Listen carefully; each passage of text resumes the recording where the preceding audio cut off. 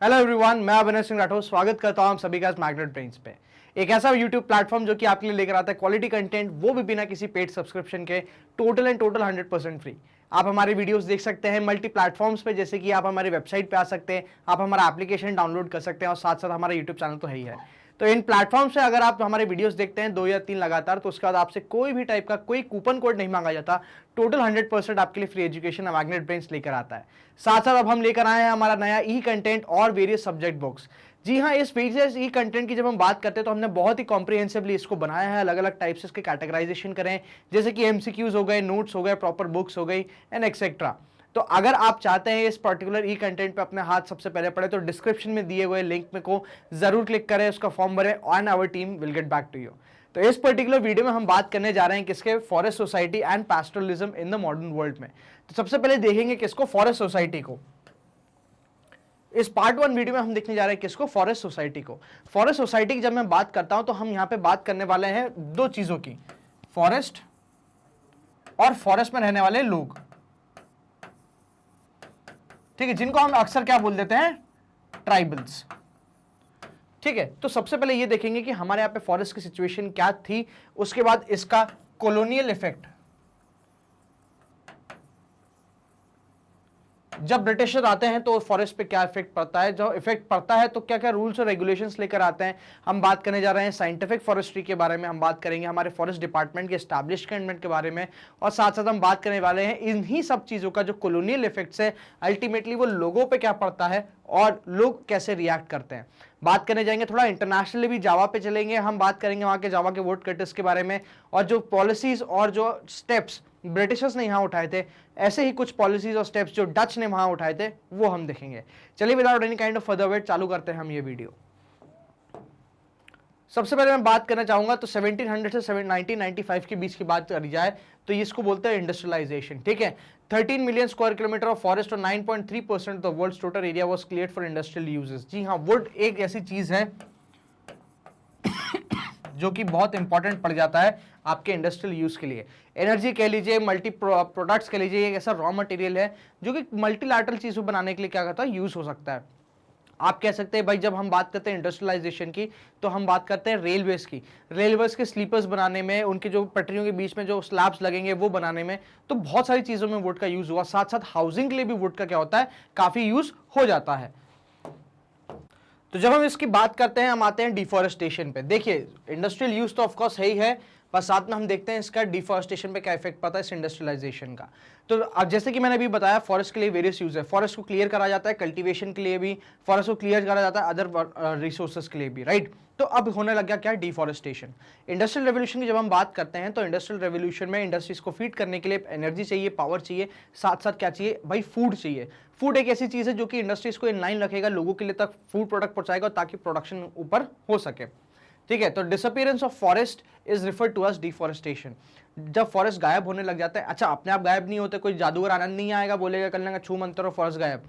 ये किससे होता है, कटिंग ऑफ ट्रीज से होता है। तो जब एक्सेसिव कटिंग ऑफ ट्रीज होती है और उस पर्टिकुलर फॉरेस्ट को रीजनरेशन के लिए टाइम नहीं दिया जाता, उसको किसी और पर्पस के लिए यूज किया जाता है, उस लैंड को और किसी और पर्पस के लिए कन्वर्ट कर दिया जाता है, उसको हम कह देते हैं क्या, डिफॉरेस्टेशन। तो प्रोसेस तो बहुत पहले चालू था, ऐसा नहीं था कि आज से था भाई, अशोक के टाइम से भी डिफॉरेस्टेशन हो रहा था, बट वो कंट्रोल मैनर में था। जब हमारे कॉलोनियल पीरियड आता है, जब हमारे ब्रिटिशर्स एंटर होते हैं, तो एक बहुत ही सिस्टमैटिक वे में और बहुत ही अनकंट्रोल्ड या आप कह लिए अनप्रोग्रेस ग्रोथ के हिसाब से ये क्या होता है, इसको डिफॉरेस्टेशन चालू करते हैं। तो कुछ रीजंस दिए गए कि भाई उस टाइम पे डिफॉरेस्टेशन क्यों कॉलोनियल पीरियड में करा। सबसे पहले देखते हैं लैंड टू बी इंप्रूव्ड के बारे में। लैंड को जब जैसे बात करते हैं फॉरेस्ट के बारे में, तो लैंड क्या है, एक ऐसा पर्पस है फॉरेस्ट में कि यहां पे आप खेती नहीं कर सकते, लैंड इज नॉट प्रोडक्टिव। ठीक है, लैंड क्या है, फॉरेस्ट लैंड प्रोडक्टिव नहीं है। प्रोडक्टिव इसका मतलब ये नहीं कि यहां से रिसोर्सेज नहीं निकलेंगे, बट इस प्रोडक्टिवनेस का ये मतलब है कि यहां से रेवेन्यू जो है किस फॉर्म में, टैक्स के फॉर्म में, वो जनरेट नहीं हो सकता। आप फॉरेस्ट पे कैसे टैक्स लगा सकते हो, बेसिकली जब वहां पे कोई जा ही नहीं रहा, कोई वहां पे कमर्शियल एक्टिविटी कर ही नहीं रहा, तो आप कैसे वहां पे क्या कर दोगे, टैक्स लगा दोगे। तो इसलिए ये बोलना चला था कि as population increase, demand for food went up, peasant extended the boundaries of cultivation, clearing forest and breaking new land. In the colonial period, cultivation expanded rapidly for a variety of reasons, ठीक है। तो cultivation expand होता है कई सारे reasons के लिए, खाने के लिए मेनली। सबसे पहले देखते हैं British directly encourage production of commercial crops. तो कमर्शियल क्रॉप्स उगाने के लिए क्या चाहिएगा आपको? लैंड चाहिएगा भाई। जैसे हम बात करते हैं इंडिगो रिवोल्ट के बारे में, नील विद्रोह के बारे में बात करते हैं, फिर हम बात करते हैं कि कॉटन के ग्रोथ के लिए, तो इन सब चीजों के लिए क्या कहते हैं, फॉरेस्ट को रैपिडली क्लियर कर दिया गया। Second, colonial state thought that forest were unproductive. जैसे कि अभी मैंने बताया कि यहाँ से कोई भी टाइप का टैक्स जो है वो वसूल नहीं कर सकते, मतलब देखो फीसेबल नहीं है, और क्या बोलते हैं इतना मैन पावर इनके पास अभी है भी नहीं। They were considered to be wilderness that had to be brought under cultivation so that the land could yield agriculture products and revenue. इसलिए क्या बोले थे, फॉरेस्ट क्लियर करने के लिए था। और लैंड रिक्लेमेशन की बात कर लीजिए, या लैंड को जो है यूज करने के लिए इन्होंने डिफॉरेस्टेशन चालू करा। दूसरा आता है स्लीपर्स ऑन योर ट्रैक्स, ठीक है। स्लीपर्स की बात करते हैं तो ये बेसिकली ये वुड ब्लॉक्स हो जाते हैं जो कि आपके कहाँ रेलवे ट्रैक के बीच में रहते हैं। ये इसलिए लगाए जाते हैं क्योंकि एक्सट्रीम गर्मियों में, एक्सट्रीम ठंडों में क्या होता है, जो रेल की पटरियां होती है सिकुड़ती हैं और एक्सपैंड होती हैं, तो इनका जो शेप है, इनका जो पाथ है, ये डिफ्लेक्ट नहीं हो जाए, ये टूट नहीं जाए, या आप कह लीजिए कि इधर उधर नहीं हो जाए, ताकि ट्रेन जो है वो डीरेल हो जाती नहीं तो, ठीक है। इसलिए क्या करा जाता है, ये स्लीपर्स लगाए जाते हैं, ठीक है। तो अब इंडस्ट्रियलाइजेशन एज की जब बात आती है तो हमने एक बहुत बड़ा हम क्या देखते हैं, फीचर देखते हैं उसका, क्या, रेलवेज। जी हाँ, रेलवेज के बड़े बड़े ट्रैक्स बिछाए जाते हैं, लंबे लंबे ट्रैक्स बिछाए जाके, ताकि क्या सकते हैं ट्रांसपोर्टेशन ऑफ रॉ मटेरियल हो सके। साथ साथ इनको बहुत ही अंदर पेनिट्रेट करा जा सकता है, करा जाएगा, ताकि क्या होगा, आप हर एक पर्टिकुलर सेक्शन को टच कर सके, हर एक पर्टिकुलर एरिया को टच कर सके। तो ये स्लीपर्स बनाने के लिए भी जो थे वुड की कटिंग बहुत जरूरी थी, और वुड बहुत जरूरी था। साथ साथ जब हम बात करते हैं इनके कोचेस के बारे में, तो ये भी साल की लकड़ियों से बनाए जाते थे, और इसलिए ये भी जरूरी था कि इनके फॉरेस्ट जो है इनको क्या करे, एक प्रॉपर बहुत ही इंपॉर्टेंट जो वुड था इनके लिए रिसोर्स था, स्पेशली किसके लिए, रेलवे डेवलपमेंट के लिए और रेलवे बनाने के लिए। By the early 19th century oak forest in England were disappearing. This created a problem of timber supply for the Royal Navy. By 1820s, trees were being felled and on massive scale, and vast quantities of timber were exported from India. The spread of railways created a new demand. Railways was essential for colonial trade and for the movement of your imperial troops. ठीक है, इसलिए क्या था, railway, देखो navy की भाई जाहिर सी बात है, नेवी की जो शिप्स हैं वो वुड से बनेंगे, बट साथ साथ जो रेलवेज भी है उसने काफी डैमेज करा। To run locomotives wood was needed as fuel, and to lay railway line sleepers was essential to hold the tracks together. Every mile of railway track required around 1760 and 2000 sleepers. जी हाँ, ये जो logs है ना, sleeper logs है ना, एक mile में मतलब ऑलमोस्ट 1.2 किलोमीटर में, हर 1.2 किलोमीटर में 1760 से 2000 के बीच में स्लीपर्स लगाए गए। As the railway track spreads through India, a larger and larger number of trees fell. The government gave out contracts to individuals to supply the requirement quantities. These contractors began cutting trees indiscriminately. किसी भी चीज को बिना सोचे समझे ये क्या करने लग गए, पेड़ों को काटने लग गए। नेक्स्ट बात है प्लांटेशन। प्लांटेशन क्या होता है, एक पर्टिकुलर कमर्शियल क्रॉपिंग का टाइप है, ठीक है। यहाँ पे क्या करा जाता है, फॉरेस्ट को क्लियर करके, और वहां पे रोज में क्या करी जाती है, आपकी कमर्शियल क्रॉप्स ग्रो करी जाती है। प्लांटेशन की बात करें तो जनरली ये कॉफी और टी से रिलेटेड होता है। Natural forests were also cleared to make way for plantation to meet Europe's growing need. The colonial government took over the forest and gave vast areas to European planters at cheap rates. तो European planters जब आता है तो European planters के पास दो भाई, देखो आम के आम गुठलियों के दाम, पेड़ काटेंगे, पेड़ बेचेंगे, साथ साथ क्या लगा देंगे, ये प्लांटेशन कर देंगे।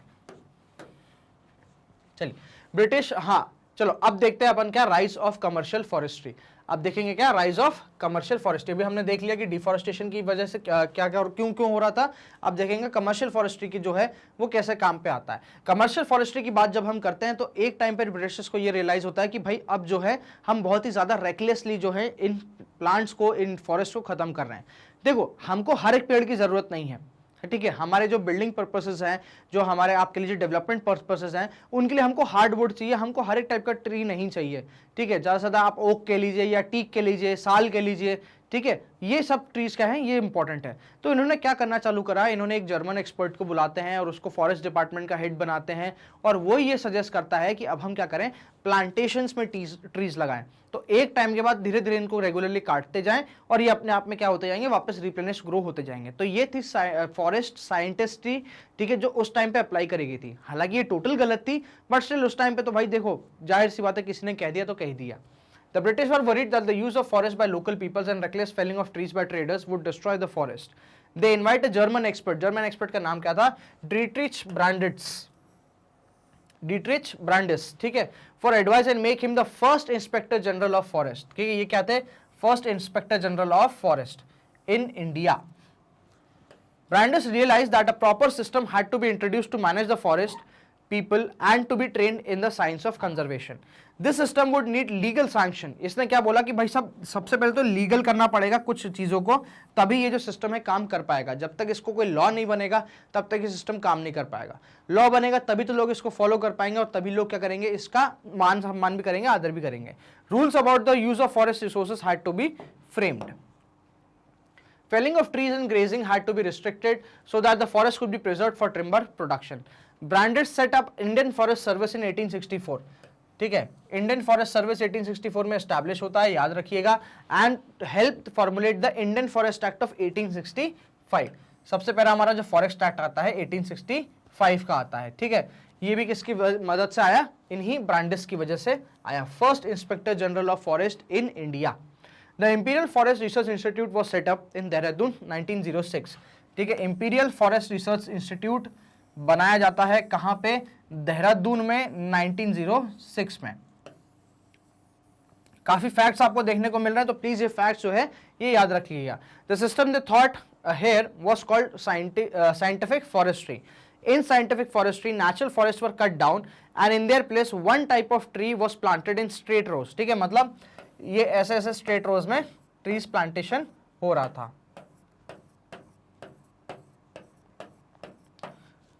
दैट मीन्स आप बेसिकली देखो ये क्या होगा, स्ट्रेट रोज में ट्री का प्लांटेशन आ रहा था ऐसे. ठीक है, अब देखो नेचुरल फॉरेस्ट की जब हम बात करते हैं तो ऑब्वियस सी बात है नेचुरल फॉरेस्ट में कोई लाइन नहीं रहती, कोई सिमेट्री नहीं रहती. ठीक है, बट इन नेचुरल फॉरेस्ट को ही क्या कर दिया जगह, इनको हटा दिया गया और इनकी जगह सिर्फ एक ही पर्टिकुलर टाइप का क्या ट्री लगाया गया स्ट्रेट रोज में. और वो कौन सा टाइप का पर्टिकुलर ट्री था जो कि इनको बिल्डिंग के लिए, डेवलपमेंट के लिए, आप कह लीजिए इंडस्ट्रियलाइजेशन के लिए हेल्पफुल था. Forest officials surveyed the forest, estimated the area under different type of trees and made working plans for forest management. They planned how much of the plantation area to be cut every year. The area cut was then to be replanted so that it was ready to cut again in some years. भाई देखो पेड़ को थोड़ा time लगता है, कुछ साल लगते हैं बड़ा होने में और उसकी वुड को थोड़ा हार्ड होने में. तो इन्होंने ये सब पूरा फॉर्मूला जो है मैथमेटिकली इन्होंने डिराइव करा कि हमको कितना एरिया चाहिए, उस एरिया में से हर साल या हर 5 साल या हर 6 साल हम कितना क्या कर सकते हैं, फॉरेस्ट काट सकते हैं और उसको कितने टाइम छोड़ना पड़ेगा नए सैपलिंग्स को ताकि वो एक फॉरेस्ट में डेवलप कर सके या एक प्रॉपर आपके ट्री में ग्रो कर सके. The Forest Act was enacted in 1865. It was amended twice, 1872. Forest act कब इनैक्ट हुआ, 1865. अमेंड कब होता है, 1878 और 1927. ठीक है, the 1878 act divided forest into 3 categories, reserve, protected and village forest. ठीक है, तो 1878 का जो एक्ट है इसने क्या करा, फॉरेस्ट को 3 कैटेगरी में डिवाइड कर दिया, रिजर्व फॉरेस्ट, प्रोटेक्टेड फॉरेस्ट और village forest. Village forest basically वो वाले हो जाएंगे जहां पे इन्होंने क्या करा, ट्राइबल्स को अलाउ करा टू लिव. देखो अब पर ब्रिटिशर्स है, ब्रिटिशर्स कुछ भी चीज फोकट में तो करेंगे नहीं, तो इन्होंने क्या करा कि ट्राइबल्स को अलाउ करा इन पर्टिकुलर विलेज में रहने के लिए, बट इन एक्सचेंज ये क्या करेंगे, फ्री लेबर प्रोवाइड करेंगे और कुछ फ्री फॉरेस्ट प्रोड्यूस जो है वो प्रोवाइड करेंगे. साथ साथ कुछ रिस्ट्रिक्शंस भी लगाए कि ये ग्रेजिंग नहीं करवा सकते कुछ एक पर्टिकुलर टाइम के बाद, और साथ साथ ये कह सकते हैं मेजर रिसोर्सेज को कलेक्ट नहीं कर सकते. माइनर रिसोर्सेज जो है जैसे तेंदू पत्ता हो गया, कोई जड़ी बूटी हो गई, ये कलेक्ट कर सकते हैं, बट मेजर रिसोर्सेज जैसे अपने आप में वुड नहीं काट सकते और ये सब चीजें ऐसी चीजें नहीं कर सकते. प्रोटेक्टेड और रिजर्व फॉरेस्ट अपने आप में क्या आ जाता है, वो ऐसे रिजर्व फॉरेस्ट तो वो हो गए जो बेसिकली क्या होंगे, जिनमें इनके ट्री प्लांटेशन होंगे. प्रोटेक्टेड फॉरेस्ट इनके अंडर में प्रोटेक्टेड रहता है, यहाँ पे कोई भी टाइप की एक्टिविटी अलाउ नहीं होती. The best forest were called your reserved forest.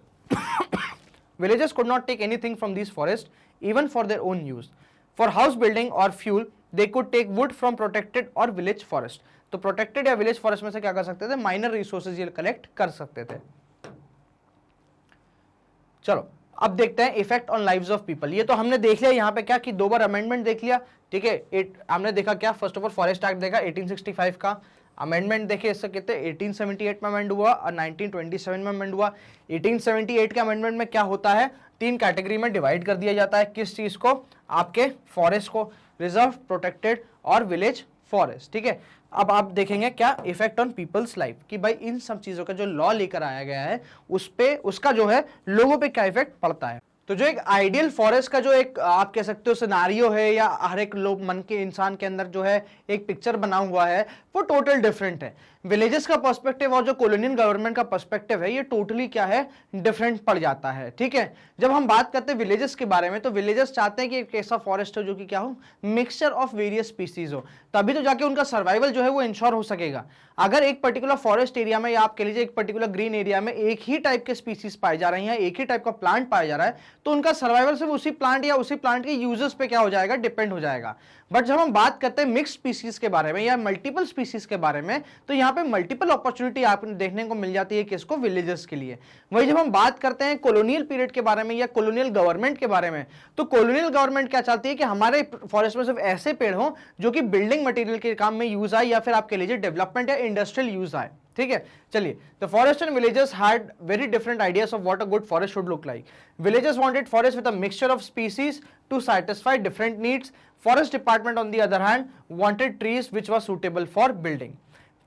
In forest area people use forest products for many things. ठीक है, वही जब हम बात करते हैं after the act all their everyday जो प्रैक्टिसेस है बिकेम इलीगल। क्यों? क्योंकि याद करिए 1878 का जो अमेंडमेंट आया था, ठीक है, उसमें ये क्या कर दिया था, रिजर्व्ड, प्रोटेक्टेड और village forest,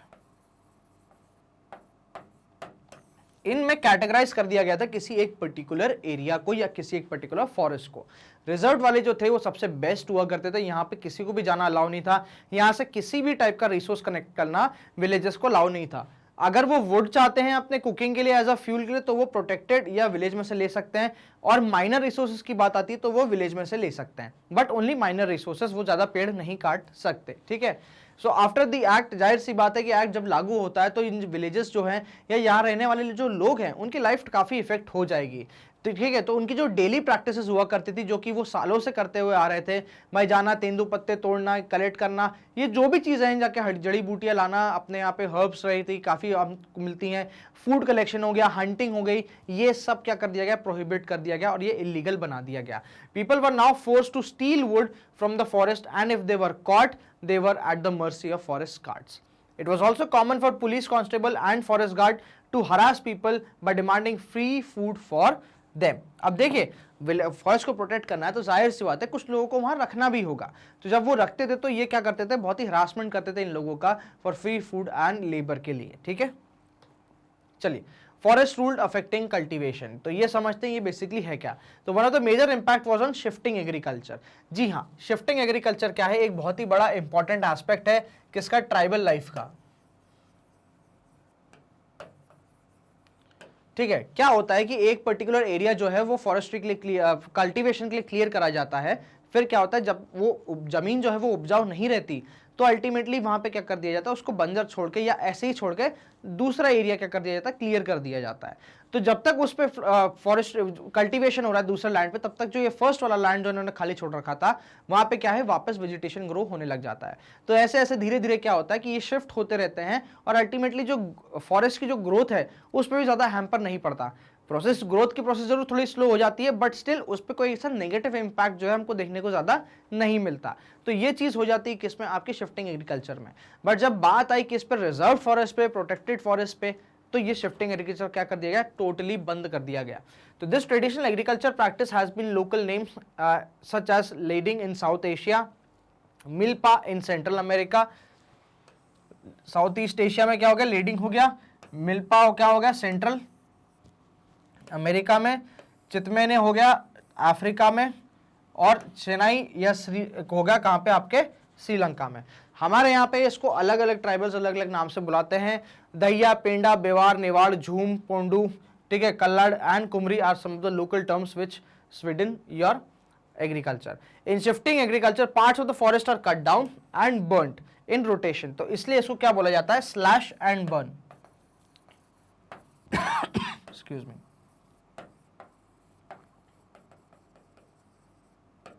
slash and burn agriculture भी क्या बोला जाता है, शिफ्टिंग एग्रीकल्चर को बोला जाता है। ठीक है, Seeds are sown in ashes after the first monsoon rains and the crop is harvested by October-November.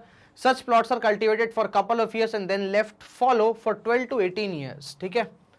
For the forest to grow back, a mixture of crop is grown on these plots. European foresters regarded this practice as harmful. ठीक है? They left the land which was used for cultivation every few years that could not grow trees for railway timber. सीधी सी कहानी भाई साहब, अगर आप 12 से 18 साल के लिए क्या कर दोगे, एक पर्टिकुलर लैंड को खाली छोड़ दोगे उस पर एग्रीकल्चर करने के बाद, तो इतना तो टाइम लग ही जाएगा और जरूरी नहीं है कि यहाँ पे टिम्बर ट्रीज ही ग्रो हों. When a forest was burned, there were the added danger of flames spreading and burning valuable timber. तो बहुत सारे रीजंस के लिए, स्पेशली इस टिम्बर के रीजन के लिए, या आप कह लीजिए फॉरेस्ट के जो डेवलपमेंट है इंडस्ट्रियल यूजेस के लिए थे, उन रीजंस की वजह से क्या करा गया, इस शिफ्टिंग एग्रीकल्चर को बहुत ही हार्मफुल माना गया और इसको क्या कर दिया गया, बैन कर दिया गया.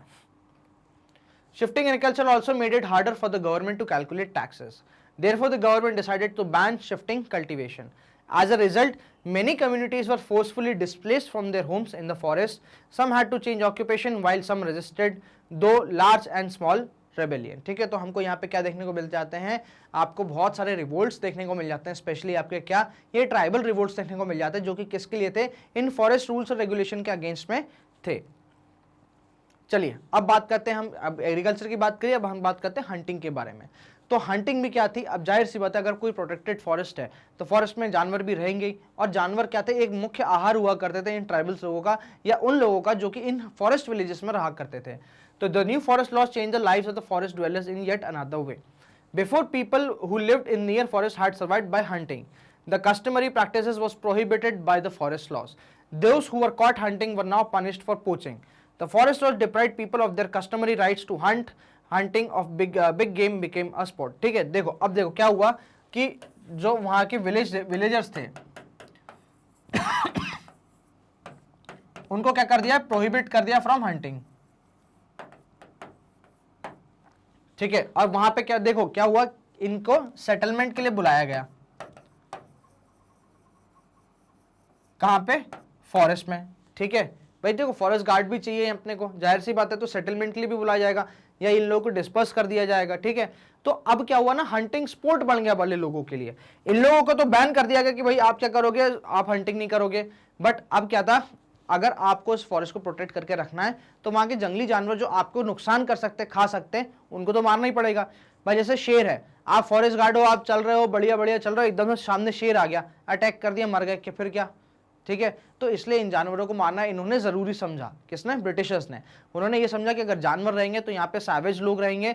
दूसरी चीज, अगर जब तक जानवर रहेंगे यहाँ पे सेटलमेंट नहीं हो सकता, इन लोगों को एक पर्टिकुलर एरिया में कन्फाइन करके नहीं रखा जा सकता, और टैक्सेशन वगैरह में भी काफी दिक्कत हो जाएगी. तो इसलिए उन्होंने क्या करा, जो हंटिंग था वो बहुत बड़ा स्पोर्ट बन गया. किसके लिए, इन कॉलोनियल पीपल के लिए, ब्रिटिश पीपल के लिए और बड़े लोगों के लिए. तो under colonial rule the scale of hunting increase to such an extent that various species became almost extent. जी हाँ, एक एग्जांपल आप दे सकते हो किसका, एशियाटिक चीता, जो कि हमारे यहाँ पे ऑलमोस्ट 51 में से क्या थे, एक्सटेंट हो चुके थे. अल्टीमेटली अभी इसी साल में आके कूनो पालपुर जो है आपका, जो कूनो नेशनल पार्क है, उसमें चीते लेकर आए हैं हम, और वहां पे उनकी क्या करेगी, देखभाल रखी जाएगी, और एशियाटिक चीतों को आप कह सकते हो कि बढ़ावा देने को मिलेगा. ठीक है, तो एक एग्जाम्पल क्या हो गया इस एक्सटेंशन का, ये एशियाटिक चीता जो कि इंडिया में एक्सटेंट हो चुके थे. चलिए, the British saw large animals as a sign of wild, primitive and savage society. They believed killing dangerous animal the British would civilise India.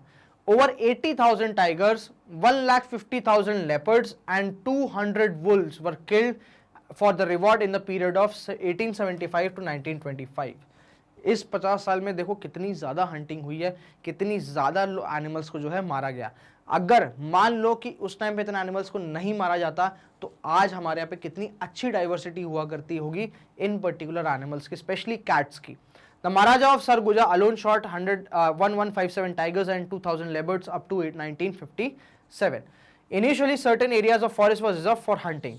Only much later did environmentalists and conservators began to argue that all these species of animals needed to be protected and not killed. क्यों? क्योंकि भाई साहब देखो ये क्या करेगा, ecosystem का जो है बैलेंस डिस्टर्ब कर देगा.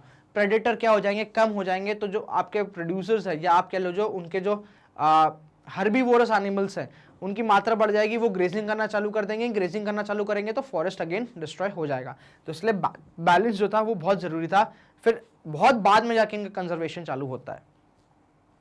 चलिए, new trades, new employment and new services की बात करते हैं। जैसे ही फॉरेस्ट लॉ आता है, आपको पता ही है कि प्रोटेक्टेड, रिजर्व्ड और किस में आ गया आपका, अब विलेज फॉरेस्ट में आ गया।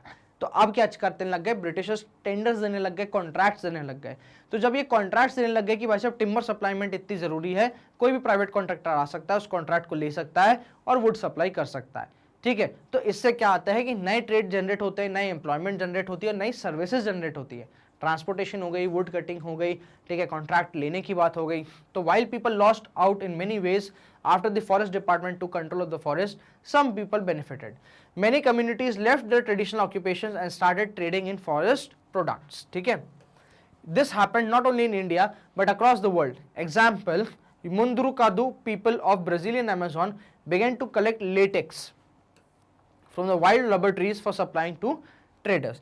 तो इन्होंने अब क्या करना चालू कर दिया, जो माइनर फॉरेस्ट प्रोड्यूस थे उन पे मोनोपोली स्टैब्लिश करना चालू कर दी और इनको ट्रेडर्स को क्या करने लग गए, बेचने लग गए। तो नई अपॉर्चुनिटीज भी निकल कर आई, ऐसा नहीं है, बट इन अपॉर्चुनिटीज का जो है बेनिफिट है वो बहुत ही रिस्ट्रिक्टेड लोगों तक रखा। With the coming of British, trade was completely regulated by government. Government get large European trading firms the sole right to trade in the forest producers of particular area. Grazing and hunting by local people were restricted. Many pastoralist and nomadic communities lost their livelihood. Some of them began to call criminal tribes, ठीक है, and were forced to work in factories, mines and plantation under government supervision. Government ये बोलती थी भाई साहब जंगल में अगर कोई लोग रह रहे हैं, इंसान रह रहे हैं, तो उन पे हमारा डायरेक्ट कंट्रोल नहीं है, क्योंकि हम वहां नहीं जा सकते, जाहिर सी बात है। और इस दौरान वो लोग क्या कर चुके हैं, बहुत सारे ये रिबेलियंस जो हुए हैं फॉरेस्ट के अगेंस्ट, लॉ के अगेंस्ट, उनको सप्रेस भी कर चुके हैं। तो अब ये क्या करने लग गए, लोगों को जंगल से बाहर निकाल के शहरों में बसाने लग गए, ताकि एटलीस्ट एक एरिया जो कंट्रोल्ड एरिया है उसके अंदर ये लोग रहें और क्या करें, ये अपना जीवन व्यापन करें। किसी भी मीन से हमको कोई फर्क नहीं पड़ता, बट आप कह रहा हो एक ऐसे रेगुलेटेड एरिया में रहोगे जहां पे ब्रिटिश का सुपरविजन है, ठीक है। तो जो लोग अभी भी नहीं रहना चाहते थे उनको क्या करा इन्होंने, क्रिमिनल ट्राइब्स इनको क्या करा, घोषित करा और यहाँ पे इन पे क्या करने लग गए, ऑपरेशन करने लग गए। Ultimately they also had to move out of the village and live in your towns. In many parts of India, forest communities rebelled against the changes and were being imposed on them. ठीक है, the leaders of the movement like Sidhu and क्वानू in Santhal Parganas. Santhal Pargana में कौन आया leader सामने, सिद्धू और कानू। बिरसा मुंडा आए आपके कहाँ पे, छोटा नागपुर प्लेटू में, मुंडा विद्रोह में देखने को मिलता है। Alluri Sitaraman Raju of Andhra Pradesh are still remembered today in songs and stories. ठीक है, ये लोग ऐसे थे जिन्होंने क्या करा था, रिवोल्ट करा था ब्रिटिश के अगेंस्ट में और बहुत ही इंपॉर्टेंट कंट्रीब्यूशन दिया था किसमें, इन रिबेलियस फाइट्स में। चलिए आगे देखते हैं, पीपल ऑफ बस्तर। तो ऐसे अब हम क्या करने जा रहे हैं, कुछ ऐसे लोगों के बारे में जानने जा रहे हैं जिसने अल्टीमेटली क्या करते हैं कि कुछ रिवोल्ट करते हैं, कुछ वहीं पे रहते हैं और एक ऐसे पर्टिकुलर एरिया के बारे में बात करें जिसपे काफी इंपैक्ट पड़ता है। तो जब हम बस्तर की बात करते हैं तो बस्तर एक ऐसा एरिया आ जाता है, ट्राइबल एरिया है, जो कि आपकी आपके महाराष्ट्र और छत्तीसगढ़ के बॉर्डर पे मिलता है। तो जो सदर्न पार्ट है बेसिकली छत्तीसगढ़ का और जो मोस्ट ईस्टर्न मोस्ट पार्ट आ जाता है महाराष्ट्र का, वहां आपका बस्तर वाला इलाका आ जाता है, वहां बस्तर का फॉरेस्ट आ जाता है। ठीक है, तो Bastar is located in the southern most part of Chhattisgarh, ठीक है, एंड बॉर्डर्स ऑफ आंध्र प्रदेश, उड़ीसा, महाराष्ट्र। ठीक है, the central part is on a प्लेटू। तो आपका जो बस्तर प्लेटू हो जाता है, आपका छत्तीसगढ़ प्लेटू वाला एरिया जाता है, वहां पे बस्तर आपका जो है सिचुएटेड है। To the north is Chhattisgarh plain, to its south is the Godavari plain. तो river Indravati winds across Bastar east to west. A number of different communities live in Bastar. They speak different languages but share common customs and beliefs. तो बस्तर में क्या है, एक area है, वहां पे क्या है, डिफरेंट लोग रह रहे हैं, अलग अलग के कस्टम्स है, बट अल्टीमेट एक ही ऑब्जेक्टिव है, protection of forest. Bastar believe that each village was given it's land by the earth and in return they look after this earth. अपने अपने इनके पास क्या है, अलग अलग जो आप कम्युनिटीज रह रही हैं, इन सबके पास अपने अपने फॉरेस्ट है। इस अर्थ में फॉरेस्ट की ये लोग प्रोटेक्शन करते हैं और दूसरे लोगों का अतिक्रमण ना करें, इस चीज का भी ध्यान रखते हैं। इन केस अगर इनको क्या है कि दूसरे के कम्युनिटी के फॉरेस्ट में से कुछ रिसोर्सेज की जरूरत पड़ जाती है, तो ये लोग उनसे कुछ एक पर्टिकुलर ड्यू देते हैं, उनको कुछ एक पर्टिकुलर अमाउंट दिया जाता है या कुछ गुड्स दिए जाते हैं, कुछ सर्विसेज दी जाती है in exchange for their own resources या फिर for their resources from different forest. In addition, they show respect to the spirits of river, the forest and the mountain. Each village knows where its boundaries lie. The local people look after the natural resources within the boundary. If the people of a village want to take some wood from forest of another village, they have to pay a small fee called devsari. Dand और man in exchange. Every year there is one big hunt where the headman of the villages in a pargana, ठीक है, परगना मतलब क्या हो गया, एक particular district type का हो गया, meet and discuss the issues and concerns including forest. तो क्या है, एक बस्तर की आपको क्या मिल गया, एक ओवरऑल पिक्चर मिल गया यहाँ पे कि बस्तर में बेसिकली कैसे कम्युनिटी रह रही है, उनके कस्टम्स क्या है। ठीक है, अब आते हैं अपन उनके फियर ऑफ पीपल पे। When the colonial government propose to reserve the forest in 1905 and stop shifting cultivation, hunting and collection of forest produce, the people of Bastar were very worried. जाहिर सी बात है भैया, पीढ़ियों से, ठीक है, मतलब सालों से भी नहीं, पीढ़ियों से ये लोग क्या है, उस बस्तर के फॉरेस्ट पे डिपेंडेंट है, वहां के प्रोड्यूस पे डिपेंडेंट है, और एकदम से कोई आके कह दे कि नहीं भाई अब ये सब जो आप कर रहे हो इलीगल है, तो जाहिर सी बात है क्या होगी, बहुत दिक्कत आ जाएगी और बहुत ही वरीनेस आ जाएगी। Some villages were allowed to stay in the reserve forest on the condition that they work for free. Subsequently these came out to be known as forest villages. तो जो मैंने शुरू में बताया था आपको कि जो विलेज फॉरेस्ट है उसमें क्या लोगों को रहने की अनुमति दे दी जाती है, बट अल्टीमेटली उनसे क्या मांगा जाता है, एक पर्टिकुलर फी मांगी जाती है, that is free of cost का लेबर आ जाए और उनसे थोड़ा बहुत सामान खाने पीने का आ जाए। People of other villages were displaced without any notice or compensation.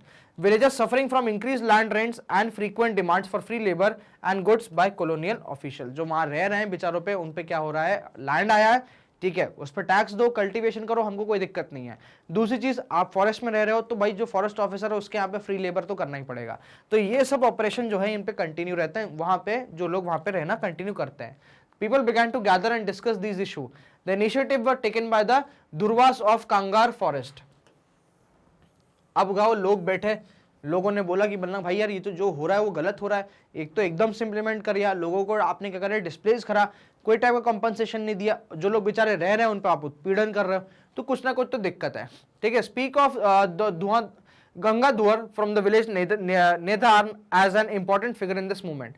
1910 arrows began circulating. Arrows क्या था, एक सिंबल था लोगों को रिवोल्ट के लिए बुलाने के लिए। These were the message initiating villages to rebel against the British. Every village had contributed something to the rebellion expenses.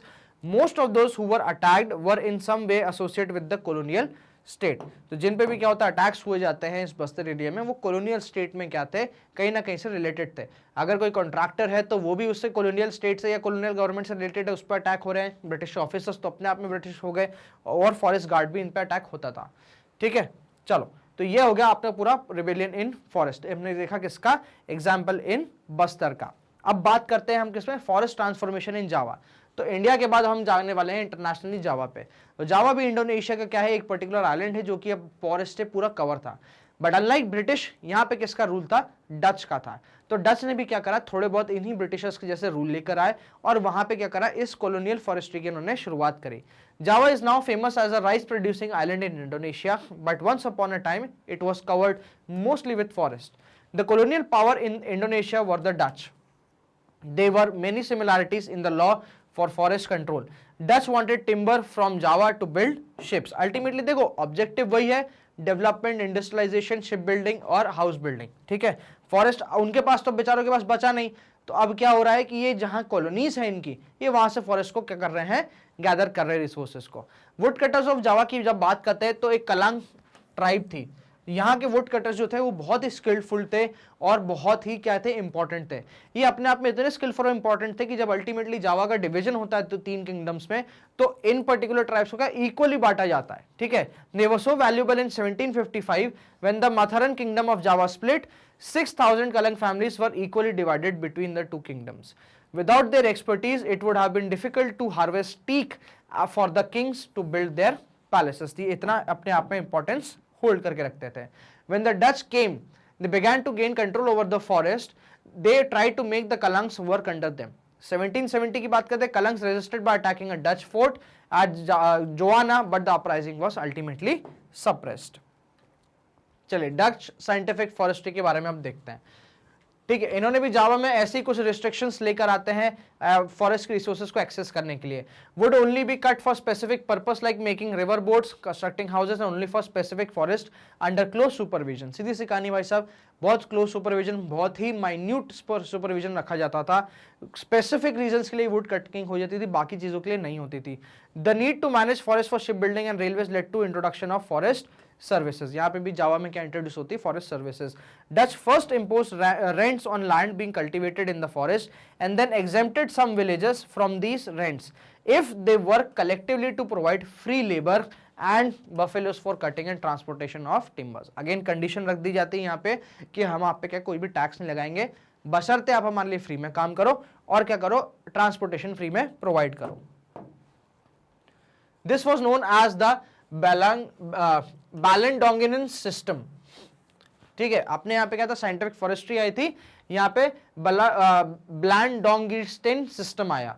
Later, instead of rent exemption, forest villagers were given small wages, but the right to cultivate forest was still restricted। चलिए समीन्स challenge के बारे में बात करते हैं। 1890 में क्या होता है, यहीं एक समीन आ जाता है, कहाँ का, आपके रदुनखलमटुम विलेज का आ जाता है, big questioning the state ownership of forest. वो बोलता है कल इन सब चीजों पे किसी का कंट्रोल नहीं है, ये नेचर की दी हुई चीज है, तो ये डच लोग आके क्या कर रहे हैं, यहाँ पे कंट्रोल क्यों कर रहे हैं, इन फॉरेस्ट रिसोर्सेज पे सबका बराबर हक होना चाहिए।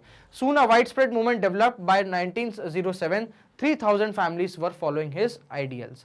Some of the Samians protested by lying down on their land well the Dutch came to survey it, ठीक है, while others refused to pay taxes or fines or perform labor। थोड़ा passive resistance हमको क्या देखने मिल जाता है, यहाँ पे देखने मिल जाता है। अब बात करते हैं वॉर और डिफोरेस्टेशन के बारे में। फर्स्ट वर्ल्ड वॉर और सेकेंड वर्ल्ड वॉर जब होता है तो इस टाइम पे रिसोर्सेज की बहुत जरूरत पड़ती है और जो ट्रीज हैं, जो फॉरेस्ट हैं, वो अनडिस्क्रिमिनेटली काटे जाते हैं विदाउट बीइंग रिजर्व्ड, प्रोटेक्टेड, जो भी हो, खतरनाक तरीके से काटे जाते हैं। इंडिया की मैं बात करूं तो डिपार्टमेंट का trees freely to maintain the British war needs. Java में क्या हुआ कि स्क्रोस्ड अर्थ पॉलिसी अपनाई गई, ठीक है, destroying sawmills, burning huge piles of giant teak log so that wood not fall into Japanese hands. Java में क्या होता है, जापान का अटैक होता है, जापान के हाथ में क्या हुआ, ये जो रिसोर्सेज है वो नहीं चली जाए, इसलिए डच ने क्या करा, ये स्क्रोस्ड अर्थ पॉलिसी अपनाई और यहाँ पे पूरे जंगल जो है साफ कर दिए, जला दिए, पूरे खत्म कर दिए। Japanese then exploited the forest recklessly for their own war industry. जब जापान क्या करता है, जावा पे अपना कब्जा जमा लेता है, तो क्या होता है, अल्टीमेटली वॉर के बाद बहुत सारे फॉरेस्ट में जो होते हैं क्लियर करे जाते हैं या आपके लिए जला दिए जाते हैं। तो यहाँ पे विलेजेस जो है इस चीज का फायदा उठाते हैं, वो क्या करते हैं, इसको अपना कल्टीवेशन लैंड जो है वो बढ़ा लेते हैं। जब इंडिया की बारी आती है, जब इंडिया की जब हम बात करते हैं तो अल्टीमेटली वॉर्स के बाद जब हम इंडिपेंडेंस लेते हैं, उस टाइम पे जो हमारे डेवलपमेंट गोल्स हैं और जो वहां पे रहने वाले जो विलेज फॉरेस्टर्स हैं उनके गोल्स हैं, वो मैच नहीं हो पाते, वो साथ में चल नहीं पाते। यही हमारे लिए क्या बन जाता है, एक बहुत बड़ा ऑब्जेक्टिव बन जाता है जिसको हमें अचीव करना है और हमारा फॉरेस्ट डिपार्टमेंट इसके लिए निरंतर प्रयास कर रहा है कि हमारे ऑब्जेक्टिव जो डेवलपमेंट ऑब्जेक्टिव्स हैं और साथ साथ जो इनकी जो कल्चर है वो भी साथ में बना रहा है। ठीक है, तो after the war it was difficult for the Indonesian forest service to get this land back. As in India, the people needs for agricultural land has brought them into conflict with the forest department's desire to control the land and exclude people from it। चलिए अब बात करते हैं new development in forestry के बारे में। तो since the 1980s government across Asia and Africa began to see the scientific forestry as the policy of keeping forest communities resulted in many conflicts। ठीक है, तो ये बोलते हैं कि भाई जो भी साइंटिफिक फॉरेस्ट्री अलग अलग जगह पे बनाई गई थी इन लोगों के द्वारा, वो सब को है लोकल कम्युनिटीज के जो आप कह सकते हो उसमें कॉन्फ्लिक्ट में आ जाती है। Conservation of forest rather than collecting timber has become more important. Government recognise that to meet is goal the people who live near the forest must be involve. लोगों ने, गवर्नमेंट ने क्या रियलाइज करा, जो अल्टीमेटली लोग वहां पे रह रहे हैं उन्हीं की मदद से हम क्या कर सकते हैं, इस फॉरेस्ट का कंजर्वेशन कर सकते हैं। फॉरेस्ट को rather than just being a timber supplement जो है उसकी जगह क्या बनाया जाए, एक प्रॉपर तरीके से आप कह सकते हो कि एक कंजर्वेशन बनाया जाए। ठीक है, In many cases across India, forests have survived only because villages protected them in sacred groves known as sarans, devkondu, kani, rai, etc. हमको यहाँ पे क्या देखना है, कम्युनिटी का भी बहुत सारा हमको देखने को मिल जाता है भाई, बीज बचाओ आंदोलन देखने को मिल जाता है, चिपकू मूवमेंट देखने को मिल जाता है। हमको यहाँ पे सरिस्का टाइगर रिजर्व के एरिया के बारे में भी, हमको राजस्थान के अलवर के बारे में 2 या 3 हमको इंसिडेंट ऐसे मिलते हैं जहाँ की जो लोकल पॉपुलेशन है उसने विलेज को क्या कर रखा है, प्रोटेस्ट कर रखा है। Local forest communities and environmentalist today are thinking of different forms of forest management. तो ये था आपका पूरा का पूरा क्या अबाउट योर फॉरेस्ट सोसाइटी, की कैसे कॉलोनियलिज्म फॉरेस्ट सोसाइटी को तबाह कर देता है। मैग्नेट ब्रेन्स आपको प्रोवाइड करता है किंडरगार्टन से लेके क्लास 12 तक के वेरियस कोर्सेज, जहां आपको मिलता है एनटीएससी, ओलंपियाड, सीबीएसई के किंडरगार्टन से लेके 12 तक के बहुत सारे डिफरेंट कोर्सेज। आप हमारे वीडियोस देख सकते हैं हमारे वेरियस प्लेटफॉर्म्स पे, जो कि है आपके लिए क्या यूट्यूब पे आता है। आप हमारा एप्लीकेशन डाउनलोड कर सकते हैं, साथ साथ आप विजिट कर सकते हैं magnetbrains.com। तो इन वेरियस मल्टीलैटरल प्लेटफॉर्म्स जो हैं वो आपके लिए टोटल फ्री हैं। जी हाँ, 100% एजुकेशन जो है मैग्नेट ब्रेन्स आपको प्रोवाइड करता है। 2 या 3 वीडियो देखने पे आपसे किसी भी टाइप का कूपन कोड नहीं मांगा जाएगा, total free education. Magnet brain साथ साथ में लेकर आए हमारा नया कंटेंट। जी हाँ, हम लेकर आए ई बुक्स और कंटेंट जो कि आपके लिए बहुत ही कॉम्प्रिहेंसिवली बनाया गया है, बहुत ही ऊंची क्वालिटी का हमने कंटेंट डाला है, बहुत ही इसको अलग अलग कैटेगराइज में डिवाइड कर रखा है। एमसीक्यूज हैं, स्टडी नोट्स हैं, बुक्स हैं, एक्सेट्रा। तो अगर आप चाहते हैं कि ये जो बुक्स हैं, जो स्टडी मटेरियल आप तक पहुंचे, तो डिस्क्रिप्शन में दिए हुए लिंक पे फॉर्म को जरूर भरें and our team will get back to you. आप बने रहिए हमारे YouTube चैनल पे, सब्सक्राइब करते रहिए हमारे चैनल को, लाइक करिए वीडियो को और शेयर करिए अपने पीयर ग्रुप्स में। फॉलो करिए हमको हमारे सोशल मीडिया हैंगआउट्स पे, जो कि है इंस्टाग्राम, फेसबुक, ट्विटर और Telegram. And thank you so much for watching this video.